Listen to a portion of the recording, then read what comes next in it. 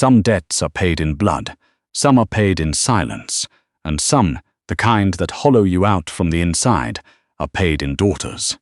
Ivy had known about the debt for 3 years before her father finally told her what he'd done with it. She found out on a Wednesday.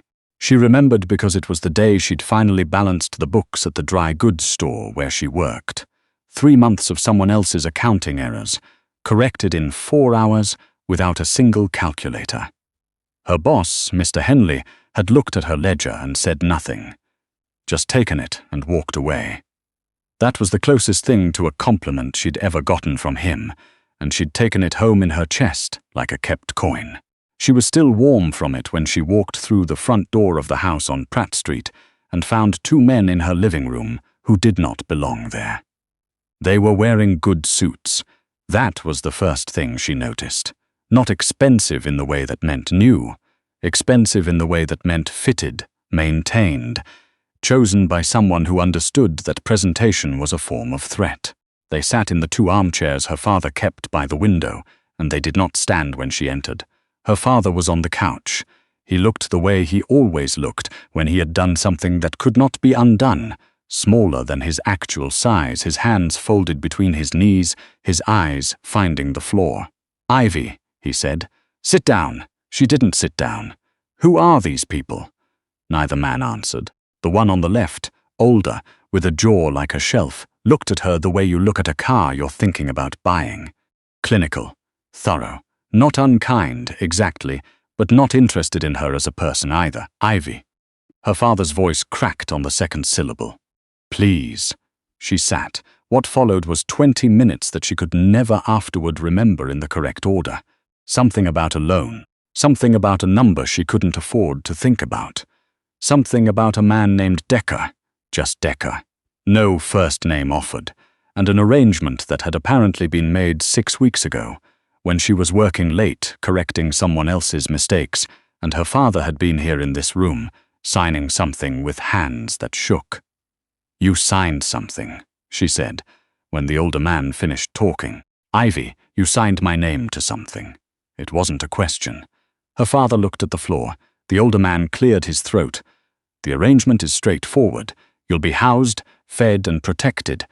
In exchange, I heard you the first time." She stood up. Her legs were steadier than they had any right to be. "I want to see it. The document." The man reached into his jacket and produced a folded set of papers. She took it from him, opened it, and read it. All of it. Every clause, every carve-out. The language was cleaner than she expected. Not crude, not threatening, transactional. The kind of language that accountants used when they wanted something to be enforceable. Her father had signed on the last page. Below his signature was a line for hers. "What happens if I don't sign?" she asked. The man on the left spoke for the first time. "The original terms revert to your father." She looked at her father. He still wouldn't meet her eyes. 3 years ago, when her mother died, Ivy had taken over the household budget. She was 22, still grieving, and her father had handed her a shoebox full of receipts and a bank statement that made her stomach hurt. She'd organized it. She'd cut things. She'd found a second job, then a third. For 2 years, she'd kept them above water through nothing but math and stubbornness, and somewhere in the middle of year 3, her father had gone and borrowed against the one thing she had not thought to protect. She signed. The drive was long. She watched the city give way to suburbs, give way to something that didn't have a category. Land that had been cleared but not yet built on, broken up by gated properties, set far back from the road. The man on the left drove. The older man sat in the passenger seat. Neither of them spoke to her, and she didn't ask them to. She spent the drive doing arithmetic.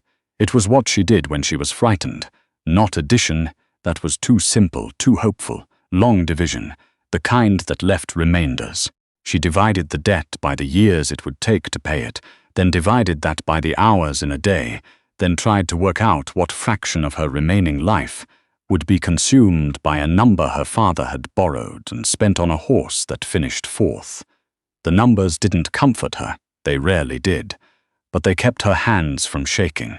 The house, if house was even the right word, materialized behind a pair of iron gates that opened without anyone touching them. She caught it first in fragments through the car window, the pale stone of the exterior, the scale of it, the way it sat on the land, not like something built but like something placed. No flowers, no softness, just geometry and weight. They brought her through a side entrance. A woman met them in the hall, not young, not old, with the efficient movement of someone who had worked in large houses for a long time. She introduced herself as Mrs. Farrow and said she would show Ivy to her room. "When do I meet him?" Ivy asked. "When he's ready," Mrs. Farrow said, and walked. The room was larger than the apartment she'd shared with her father.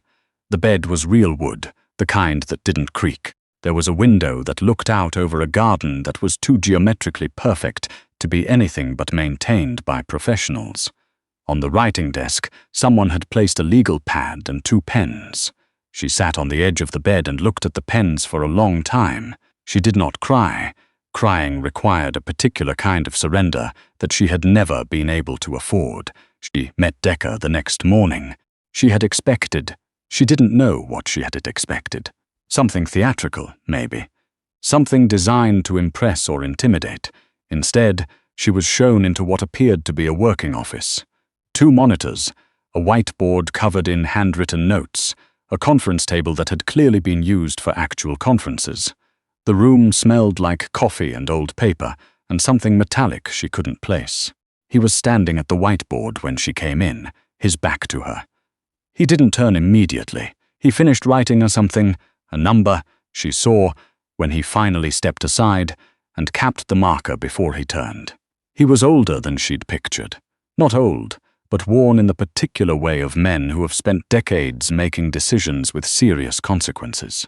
There was a scar that ran from his left ear to his jaw, faded enough that it had been there for years. His hands were large and bore the kind of calluses that didn't come from desk work. He looked at her with grey eyes that were doing the same thing she was doing, assessing. "You're the accountant," he said. "I balance books at a dry goods store," she said. "That's not the same thing." Something moved in his expression. It might have been the beginning of interest. "Your father said you were good with numbers. My father says a lot of things that benefit him at the time." He studied her for a moment. Then he said, "Sit down," and pointed at the conference table. She sat. He didn't. He went to the whiteboard and turned it so she could see the full surface. "Tell me what you see," he said. She looked. It took her about 30 seconds to understand what she was looking at. Not the specifics. She didn't have context for those yet, but the structure, the logic. Someone had been tracking cash flows through what appeared to be multiple layered entities, and they had made a mistake somewhere around the 3rd level that had compounded into something much larger by the time it reached the bottom. "There's an error," she said. 3rd tier. Whoever built this ran the same rate across all holding structures, but the municipal tax exposure is different for each one. You've been overpaying on the left side and underreporting on the right. Silence. "How much?" he asked. She did the math in her head. "Depends on how long this has been running." She paused. "How long has this been running?" He looked at her for a moment before answering. 11 years. She kept her face neutral. "You'll want someone to go through the full records before I give you a number. But it's not small." He pulled out a chair and sat down across from her. For a man with that kind of stillness, the movement was surprisingly abrupt, like a decision being made mid-step. "Your father owed me $200,000, he said. "I know. That debt is now yours. I know that too. I could have collected it from him in other ways." "I know," she said, "but you brought me here instead. Which means you needed something that money alone doesn't solve." The look he gave her then was different from the ones before it, still assessing, but with a different quality. The way you look at something when you've revised your estimate of its value. "The arrangement is 6 months, he said. It said open term, It said open term to protect my interests, Singh. She folded her hands on the table, and in 6 months the debt is cleared. If you do what I'm asking, what exactly are you asking? He stood again, went to the whiteboard, and began to explain. It took 2 hours. By the end of it, she understood that she had walked into the middle of a financial war. Not the kind fought with guns, though she had gathered that guns were also involved, somewhere downstream, but the kind fought through ledgers and shell companies and timing, the kind where the weapon was a discrepancy, spotted 3 seconds before the other side spotted it. He had 4 accountants. All of them were afraid of him. None of them were telling him the truth about what they found, because the truth was complicated and he was not known for welcoming complications. She was apparently neither afraid of him nor interested in managing his feelings. "I'll need full access," she said. "Everything.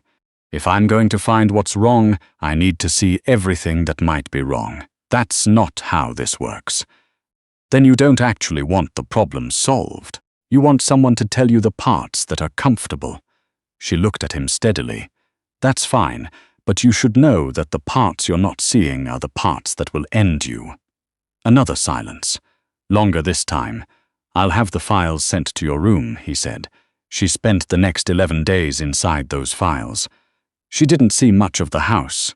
She saw her room, the kitchen when she came down at odd hours for coffee, and occasionally the garden when she needed to move. She didn't see much of Decker either. He checked in every 2 days, stood in the doorway of her room for 5 minutes while she walked him through what she'd found, and left without small talk. She appreciated that, in a way she didn't examine too closely. The work itself was, she would have said, to anyone who asked, which no one did, extraordinary. Not in the way of things that were beautiful or uplifting, in the way of things that were technically complex beyond what she'd expected. Whoever had built the financial architecture of Decker's operation had been genuinely intelligent. The problem was that they had also been afraid of being caught, and fear made people build in redundancies, and redundancies created patterns, and patterns could be read. She found 3 separate pools of misallocated funds. She found 2 reporting structures that contradicted each other at the top level but reconciled, incorrectly, at the bottom. She found one entity that didn't appear in any of the organizational documents she'd been given, which meant someone had inserted it without authorization, which meant someone was stealing. She flagged that one last. On the 12th day, she came downstairs at 2 in the morning because she couldn't sleep and found Decker in the kitchen. He was standing at the counter with a glass of water, still in his shirt from whatever he'd been doing before, jacket gone, sleeves rolled to the elbow. He looked at her when she came in and said nothing. She went to the coffee maker. It was already on. She poured herself a cup and stood at the other counter. "The entity in the Linden structure," she said. He set down his glass. "Someone inside your operation put it there," she said. 18 months ago. They've pulled 340,000 out through it in quarterly increments, small enough not to flag anything automated." She paused. "Whoever it is knows your systems well enough to hide in them. That's not someone on the outside." "I can give you the account trail," she said. "I can't tell you who it is. That's not my department." "How did you find it?" he asked. "Because I wasn't afraid of what I'd find." He looked at her for a long time. In the kitchen light, with the noise of the house stripped away, he looked less like a man with a whiteboard, and more like a man who had been carrying a great deal of weight for a very long time, and had quietly stopped believing anyone would help him carry it. She looked away first. She took her coffee back upstairs. The next 3 weeks changed the rhythm of things. He started coming to her room at different hours, not just the scheduled check-ins, but actual unscheduled visits, with questions that required her to think rather than just report. He wanted to understand the architecture, not just the findings. She explained it to him with the same patience she'd used when teaching her younger cousin long division, not simplified, but step by step, with the logic made visible. He asked good questions. She hadn't expected that. He also started eating dinner in the room next to her workspace, rather than wherever he usually ate. He didn't invite her, exactly. He just appeared with 2 plates and put one on the far end of the table, and said nothing about it. She ate the food because she was hungry, and it was good, and she wasn't interested in making a point about it. They didn't talk much, those dinners. Occasionally he would say something about what she was working on, and she would answer, and that would be the whole of it. But she noticed that he listened when she spoke. Not in the performative way of men who wanted to appear attentive, but in the actual way, the way where you could see them integrating information in real time. She noticed other things too. The scar, the way he moved through the house, not like someone who owned it, exactly, but like someone who had accepted that this was where he would be and had made his peace with the walls. The fact that he read in the library for an hour every night, a different book each time, a habit that seemed to belong to a different version of him. The fact that he said, "Thank you," when she handed him documents, which none of the other men in the house did. She didn't think about any of this during the day. She only noticed it. The thing broke open on a Thursday. She had been there 6 weeks. She was working through a set of brokerage records when she found the second layer of the problem. Not a second theft, but an escalation of the first. Whoever was stealing from Decker wasn't just pulling funds. They were moving them in a pattern that would, if read by the right people at the right time, look like Decker himself was the one laundering money through the structure. It was a frame, a slow one, carefully built. She stared at it for 20 minutes before she got up and went to find him. He was in his office. She knocked, which she didn't usually do, and opened the door before he answered.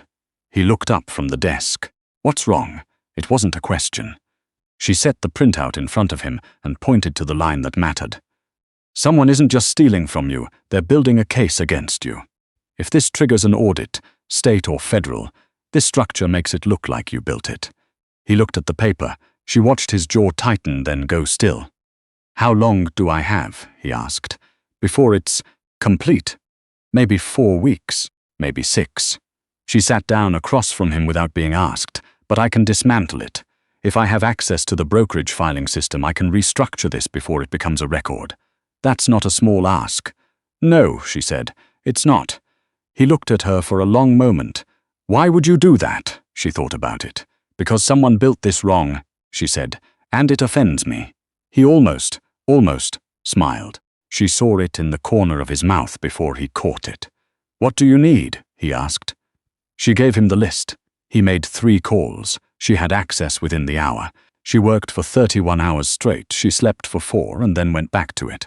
When it was done, she walked into his office and put the final documentation on his desk and sat in the chair across from him and waited. He read it, all of it.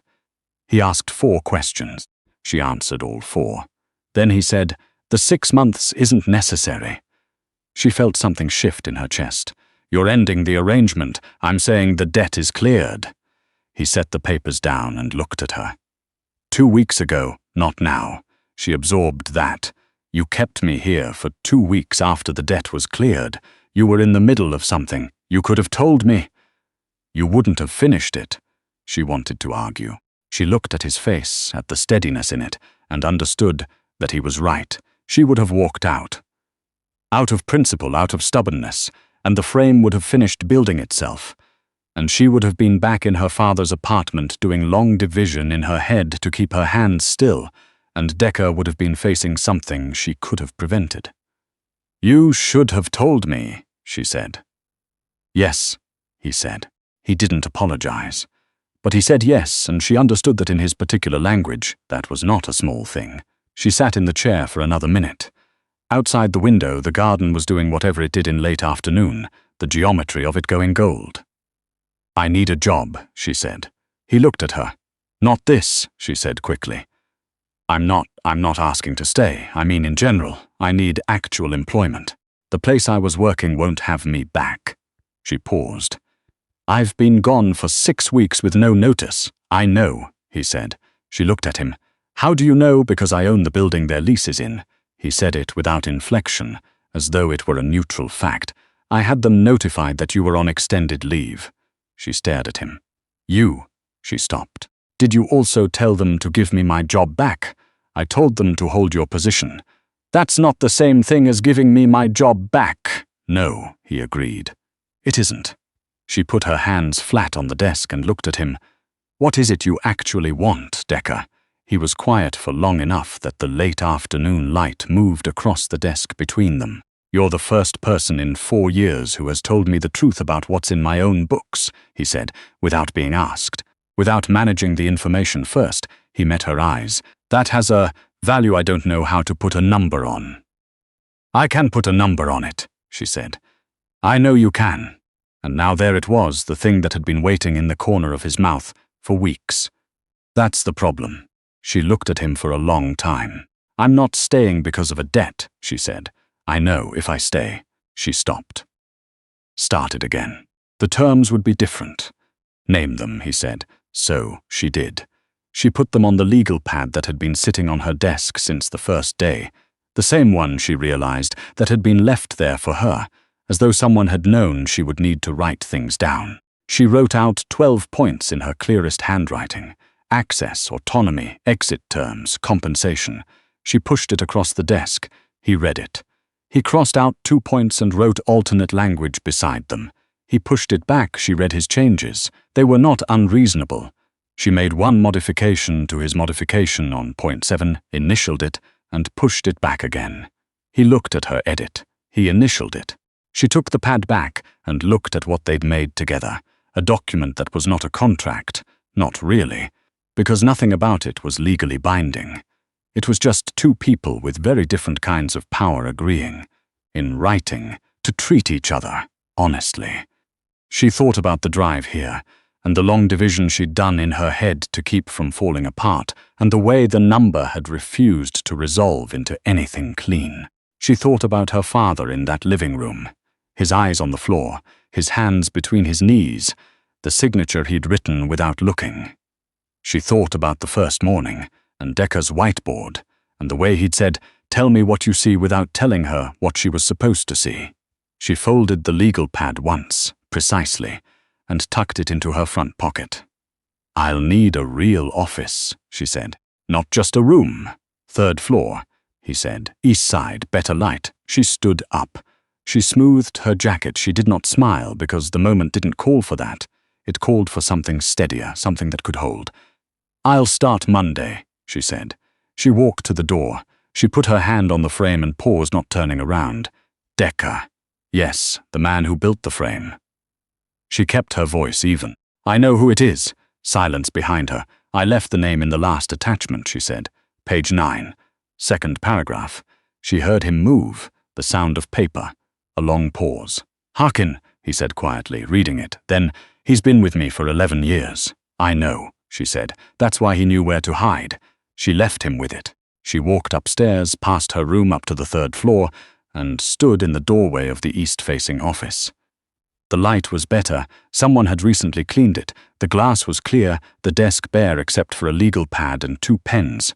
She stood there for a moment in the quiet. Then she sat down, picked up a pen, and began to work.